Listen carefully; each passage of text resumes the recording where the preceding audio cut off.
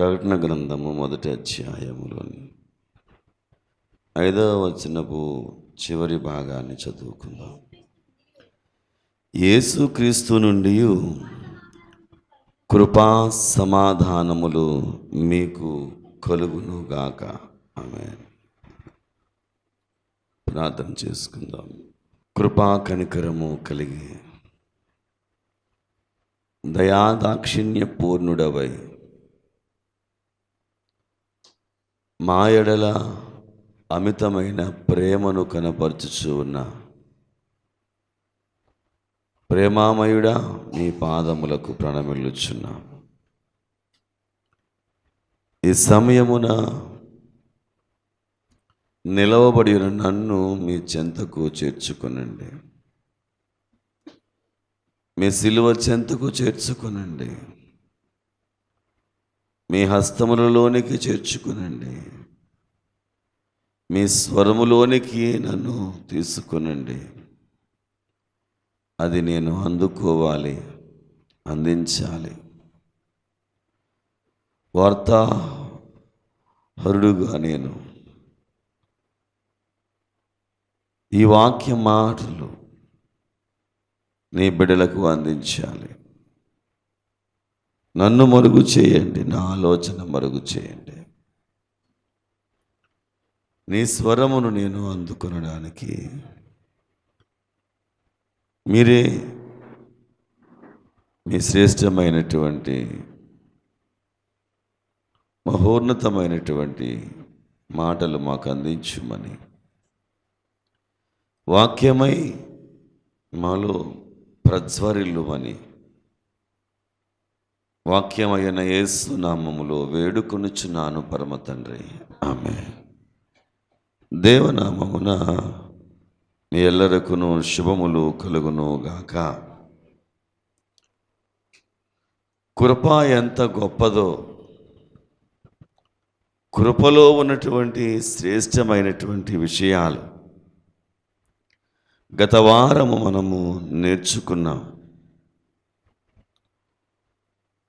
శాపాలు కూడా కృపావరాలుగా ఎలా మార్చబడ్డాయో, ఏదెను తోట శాపాలు నిత్యత్వపు వరములుగా అవి ఎలాగున తెలియజేయబడ్డాయో మనము చాలా విపులంగా గత వారం నేర్చుకున్నాం. కృప అనంటే అర్హత లేని వ్యక్తికి అర్హత కలిగించడమే కృప అని. అర్హత లేని వ్యక్తికి అర్హత కలిగించుటయే కృప. నీ కృప నాకు చాలు అంటాడు. బైబిలులో ఈ యొక్క పదము పాత నిబంధనలో 325 సార్లు రాయబడి ఉంది. ఆ పాత నిబంధనలో కేవలము కీర్తనల గ్రంథంలోనే 125 సార్లు. బైబిల్ మొత్తం మీద 325 సార్లుంటే అందులో కీర్తనల గ్రంథంలో 125 పర్యాయాలు ఇది ఉంటే, క్రొత్త నిబంధనలో 135 పర్యాయాలు వెలసి 335 పర్యాయములు కృప అనేటువంటి మాట మనము చూస్తాం. కృప అనేటువంటి మాటకు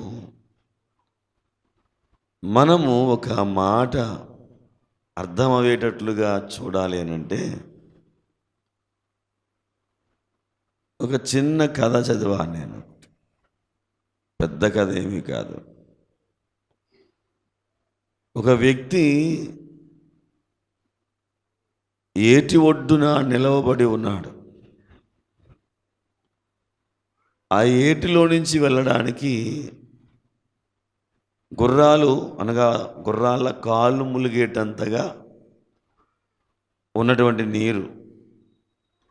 అయితే ఇతనికి ఆ లోతులో నుంచి కూడా వెళ్ళడం అనేటువంటిది రాని విషయం ఆ పక్కకి చేరాలి. ఆ సమయములో ఆ మార్గంలో దాటుతూ ఉండడానికి కొంతమంది సైనికులు వస్తూ ఉన్నారు. ఇప్పుడు ఆ గుర్రాల మీద వెళ్ళేటువంటి వ్యక్తుల యొక్క సహాయం తీసుకోవాలని నిలవబడ్డాడు. ఒక్కొక్కరు వెళుతూ ఉన్నారు. నిలవబడినటువంటి వ్యక్తి చేసే పని ఏమిటనంటే వారి ముఖాలు చూస్తూ ఉంటాడు.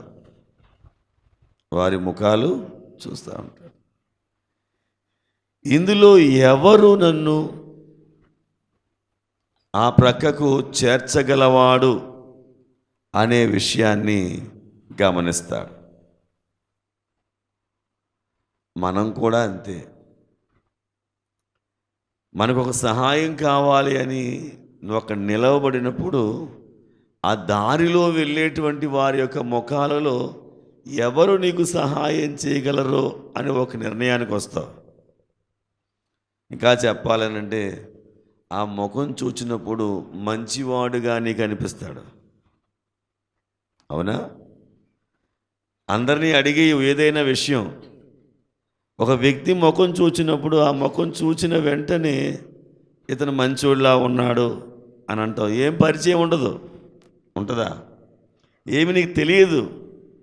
నీకు సహాయం కావాలి. అక్కడ ఆ సహాయం కావలసి వచ్చినప్పుడు నువ్వు నిలవబడి ఎదురు చూస్తూ ఉంటావు. వచ్చేటువంటి వారిలో ఎవరు నాకు సహాయం చేయగలరు, ఎవరి ముఖము సహాయము చేసే ముఖంలా కనిపిస్తుంది. మీ అందరికీ తెలుసు ఈ ఫేస్ రీడింగ్. మీ అందరికీ అవునా కాదా చెప్పండి? అందరికీ ఫేస్ రీడింగ్ చూసిన వెంటనే మంచోడిలా ఉన్నాడండి కుర్రోడు అంటారు. రెండవదిగా నీకు ఎప్పుడు తెలుస్తుంది అంటే అతను నీతో మాట్లాడడానికి నోరు విప్పాడనుకో, నీకు అర్థమైపోద్ది అతను మంచోడో కాదన్న సంగతి. అన్నం మెతికి ఒకటి పట్టుకుంటే చాలు, అన్నం ఉడికిందో లేదో చెప్పేయచ్చు. కనుక ఆ వ్యక్తి ఆ నది ఒడ్డున నిలవబడి చూస్తున్నాడు, అందరి ముఖాలు చూస్తున్నాడు. ఏ ఒక్క వ్యక్తి కూడా సహాయం చేసేటువంటి ముఖంలా కనిపించడం లేదు. అలాగే నిలబడిపోయాడు. ఒక ఆయన వస్తున్నాడు. ఆయన చూస్తుంటే ఇతను నాకు సహాయం చేస్తాడు, అడిగితే చాలు వెంటనే నాకు సహాయం చేసి తన గుర్రం మీద ఎక్కించుకు తీసుకువెళ్తాడు అని అనుకుని అతన్నే అడిగాడు. అతను అన్నాడు కదా, రా అని ముందు కూర్చోబెట్టుకుని అతని భయాన్ని తీసివేసేలాగున ఒక చేత్తో అతన్ని పట్టుకుని ఒక చేత్తో గుర్రాన్ని స్వారీ చేసుకుంటూ ఆ ప్రక్కకు తీసుకుని వెళ్ళి దింపాడు. దింపిన తర్వాత అడుగుతున్నాడు, అయ్యా మీరెవరు, మీరేంటి అని అడిగితే నేను ఫలానా దేశపు రాజును అని చెప్పాడు. ఆ రాజు ముఖంలో ఏముంది అని అంటే ప్రసన్నత ఉంది. ఆ రాజు ముఖంలో ఏముంది అని అంటే ఒక ప్రత్యేకమైనటువంటి దయాగుణం కనిపిస్తూ ఉంది. చూచిన వెంటనే ఇతను సహాయము చేయగలవాడు అనేటువంటి మనస్సు కలుగుతుంది. ఒక్కొక్కరు ముఖం చూస్తే పెట్టబుద్ధి వేస్తుంది, ఒక్కొక్కరు ముఖం చూస్తే కొట్టబుద్ధి వేస్తుంది. అట ఇది సామెత. ఎందుకని ఆ ముఖంలోనే మ్యానుఫ్యాక్చరింగే అలాగుంది. అతని యొక్క లక్షణాలను బట్టి అతని ముఖరూపం ఏమైపోతుంది, అలా మారిపోద్ది. ఒట్నే నువ్వు దారంట వెళ్తూ ఏమో ఇలాగ వెళ్ళాలి, ఏ ఊరు ఇలా నేను పలానా చోటకు వెళ్ళాలి అని నువ్వు అడిగితే ఒక్కొక్కడు ఒక్కో రకాల సమాధానం చెప్తాడు. ఇలాగ వెళ్ళిపో అంటాడు. ఒక్కొక్కడు ఏం చేస్తాడు తెలుసా, అన్నీ చెబుతాడు. ఇంకొకడు మరీ ముందుకు చెప్పేసి రండి నేను తీసుకెళ్తానని నీ ముందు నువ్వు కారు అయినా సరే అటు సైకిల్ అయినా కానీ చాలా స్పీడ్గా తొక్కుంటూ వెళ్ళి ఆ టర్నింగ్ చూపించి ఇలా వెళ్ళిపోండి అంటాడు. కనుక ముఖమును చూచి మనం చెప్పగలుగుతున్నామే ఎవరు మంచివాడు, ఎవరు మంచివాడు కాదని. కృప అనంటే నువ్వు చూచిన వెంటనే ఇతని నుంచి నాకు సహాయము అందుతుంది అని అనుకునేటువంటి ముఖం ఏదైతే ఉందో ఆ ప్రత్యేకమైనటువంటి వ్యక్తి ఎవరో కాదు ఈ ప్రపంచంలో, దేవుడు మాత్రమే. చప్పట్లు కొట్టి దేవుని మహిమ. మనము నమ్ముకున్న దేవుడు మాత్రమే. యేసుక్రీస్తు ప్రభువారు అనేక మందిని చూచి ఆయన కనికరపడి అని అంటాడు. ఆయన చూచి చేసే పని ఏంటి చెప్పండి? కనికరము అనగా ఏమిటి? కృప, దయ చూపించేటువంటి వాడు. దయగల వారిపై దయ చూపించును, కఠినుల ఎడల దయగల వారిపై దయ చూపించును, కఠినుల ఎడల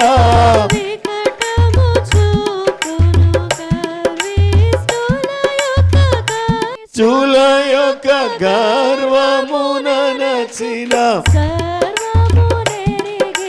సర్వాధికారి, సర్వము నెరిగిన సర్వాధికారి యెహోవా నా బలమా, యథార్థమైనది పరిపూర్ణమైనది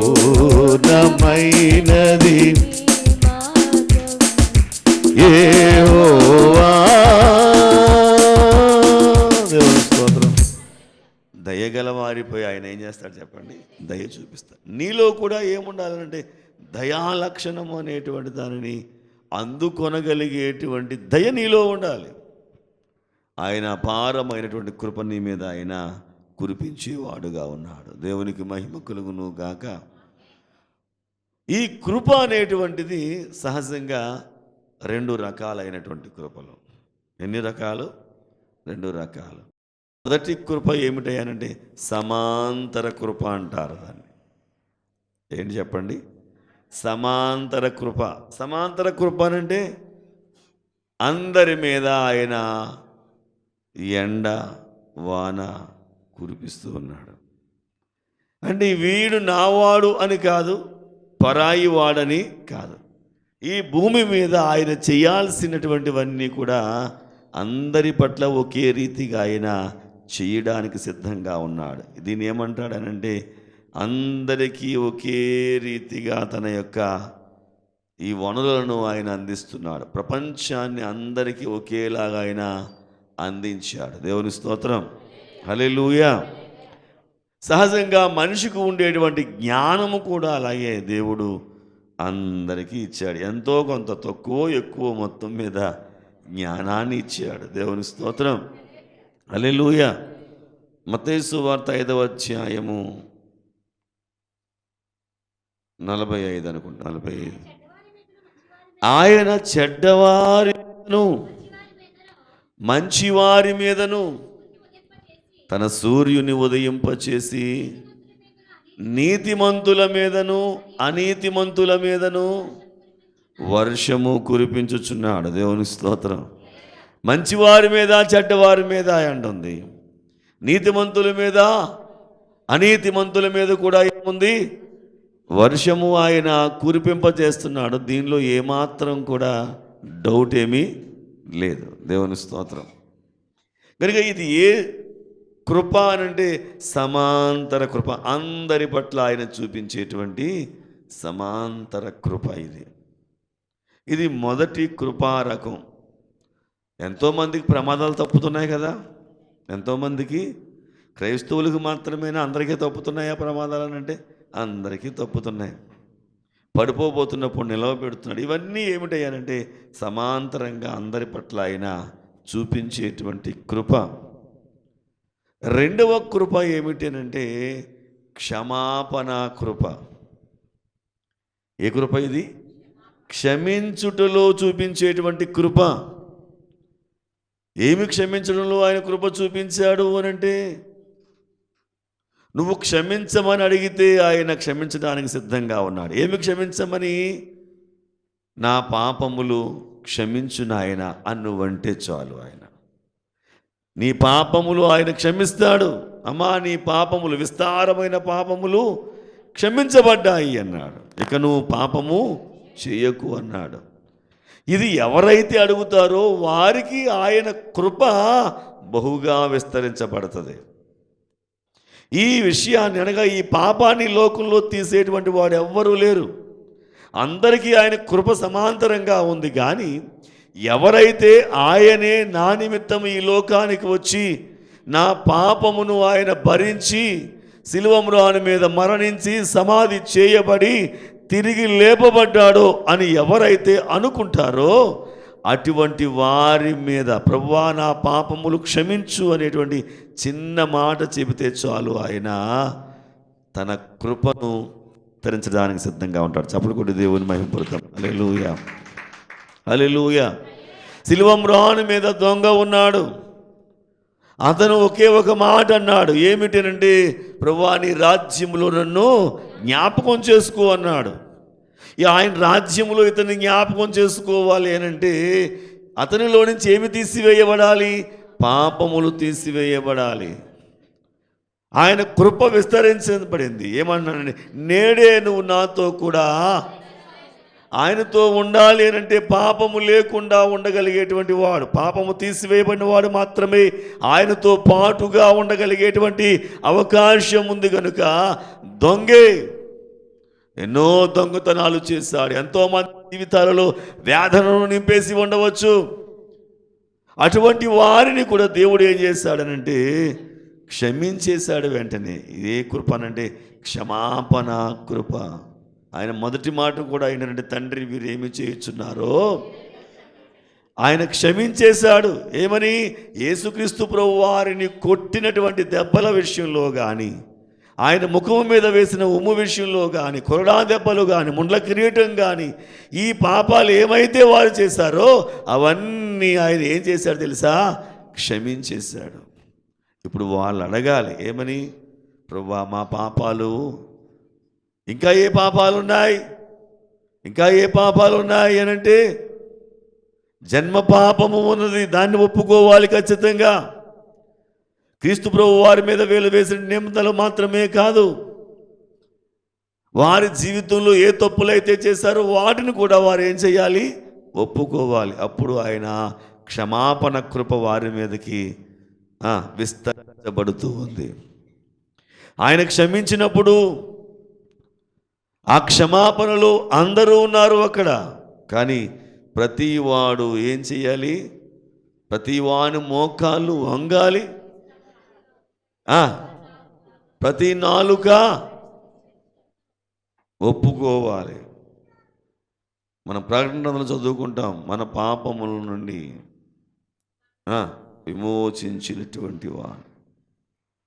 ఉదయకాలం చదువుకోవాల్సింది ఏంటి చెప్పండి? మనల్ని ప్రేమించుచు తన రక్తము వలన మన పాపముల నుండి మనలను విడిపించిన వానికి మహిమయు ప్రభావమును యుగయుగములు కలుగునుగాక. ఈ మాట పలకాలి. నా పాపములను తన రక్తము నుంచి విమోచించినటువంటి వాడు అనేటువంటి ఆ స్పృహ నీలో కలగాలి. అప్పుడు ఆయన క్షమాపణ కృప నీ మీదకి విస్తరించబడుతుంది. ఈ విషయాన్ని గమనించాలి. దేవుని స్తోత్రం, హల్లెలూయా. దేవునికి మహిమ కలుగునుగాక. కృప అనేటువంటి మాట గ్రీకులో ఏమని రాయబడింది అని అంటే ఎలియాస్ అనేటువంటి మాట. ఎలియాస్ అనేటువంటి మాట, దీని అర్థం ఏంటి అని అంటే గాయము కట్టేది, ఓదార్పునిచ్చేది, మన యొక్క నష్టములను భర్తీ చేసేది అని అర్థం. గ్రీకులో ఉన్నటువంటి మాట ఏంటి? ఎలియాస్ అని అంటే గాయము కట్టేటువంటి వాడు. దేవునికి మహిమ కలుగునుగాక. అనగా మన పట్ల కృపను చూపించేటువంటి వాడు. గుడ్ సమరటియన్ అనేటువంటి ఒక కథ దేవుడు యేసుప్రభు వారు చెప్పారు. ఏమిటది? మంచి సమరయుని కథ. ఏమాత్రము సంబంధము లేని వ్యక్తి, సంబంధములు ఉన్నటువంటి వారు దూరం అయిపోయారు. బోధించేవాడు దూరం అయిపోయేవాడు, యాజకుడు దూరం అయిపోయాడు. కానీ ఏమీ సంబంధము లేనటువంటి వ్యక్తి వచ్చి అతని గాయాలు ఏం చేశాడు? కట్టడం మాత్రమే కాదు, తన యొక్క గుర్రము మీద ఎక్కించుకున్నాడు. పూటకోళ్ళ వాణి ఇంటికి తీసుకుని వెళ్ళాడు. ఆహారాన్ని మరలా పెట్టు, నేను కావాలంటే నీకు నేను వచ్చి మరలా నీకు చెల్లిస్తానని చెప్పాడు. ఏమి అతనికి బంధం ఉందని, ఏ సంబంధం ఉందని, అతనికి మధ్య అంతకుముందు ఏమైనా ముఖపరిచయం ఉందా అని అంటే ఏమీ లేదే. అట్టి ప్రేమను చూపించడమే ఆయన యొక్క కృప. మంచి సమరయుడు యేసుక్రీస్తు ప్రభువారే. నీవు కూడా నీ జీవితంలో ఆయనకి నీకు ఏ విధమైనటువంటి సంబంధము లేకపోయినా నీ పట్ల ఆయన చూపించేటువంటి దయ, ప్రేమ, కరుణ, వాత్సల్యత ఏమైతే ఉందో అదే ఆయన కృపకు నిన్ను దగ్గర చేస్తుంది. చప్పలు కొట్టి దేవుని మహిమపడతాం. హల్లెలూయా. ఆయన కృప లేకపోతే నిన్ను ఆయన చూచి నువ్వెవరు అని అంటాడు. ఒక ఆమెతో యేసుక్రీస్తు ప్రభువారు అంటాడు కదా, అయ్యా నా కుమార్తె దయ్యము పట్టి చచ్చిపోవడానికి సిద్ధంగా ఉంది అని అంటే యేసుస్వామి అన్న మాట ఏమిటి?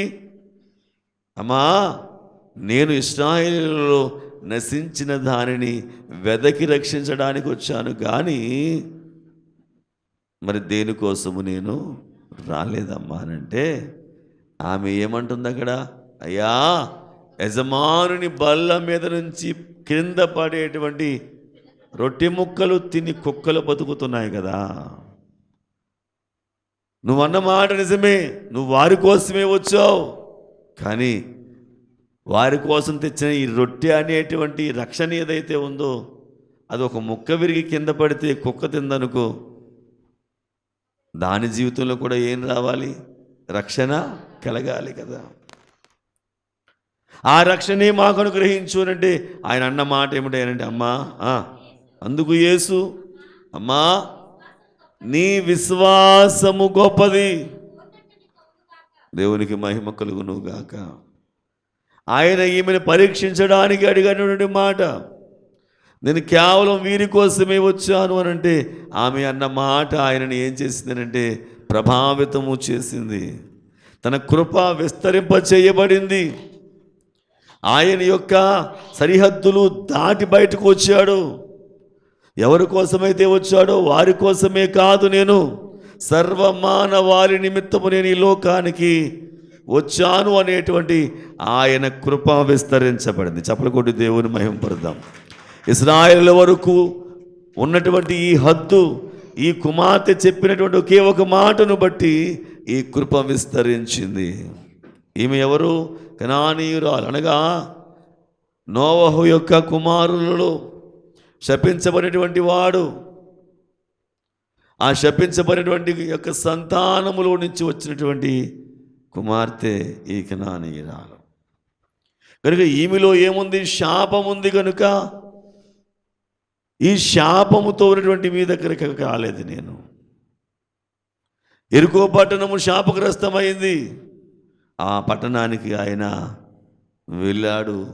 ఆ పట్టణములో ఉన్నటువంటి జక్కయ్యను ఆయన రక్షించుకున్నాడు. కేవలము కృప. ఆయన దగ్గరకు వెళ్ళి ఆయన ఏం చేశాడు? పేరు పెట్టి పిలిచాడు. జకరియా, త్వరగా చెట్టు దిగేసి రా, నేడు నేను నీ ఇంట. ఇది కృప.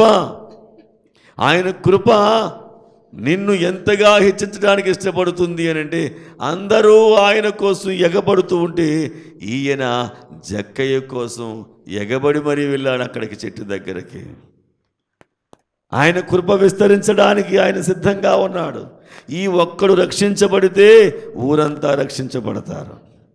ఈ ఒక్కడు నాలోనికి మమేకము కాగలిగితే ఊరంతా వస్తారు. ఎందుకు అనంటే, ఇలాంటి వాడు మారిపోయాడా అని, ఇలా అన్యాయం చేసేటువంటి వాడే మారిపోయాడా అని ఊరంతా ఆయన వైపుకు పరుగులు పెడతారు. కనుక ఆయన కృప ఏమిటి అంటే విస్తరించబడుతూ ఉంది. శాపగ్రస్తమైనటువంటి కనాను స్త్రీ జీవితంలో ఆయన కృప విస్తరించబడింది. కనుకనే నేను ఆమె కొంగు పట్టుకుని మనం కూడా దాంట్లోకి చేరిపోయాం. చప్పలు కొట్టి దేవుని మహిమపడదాం. హల్లెలూయా.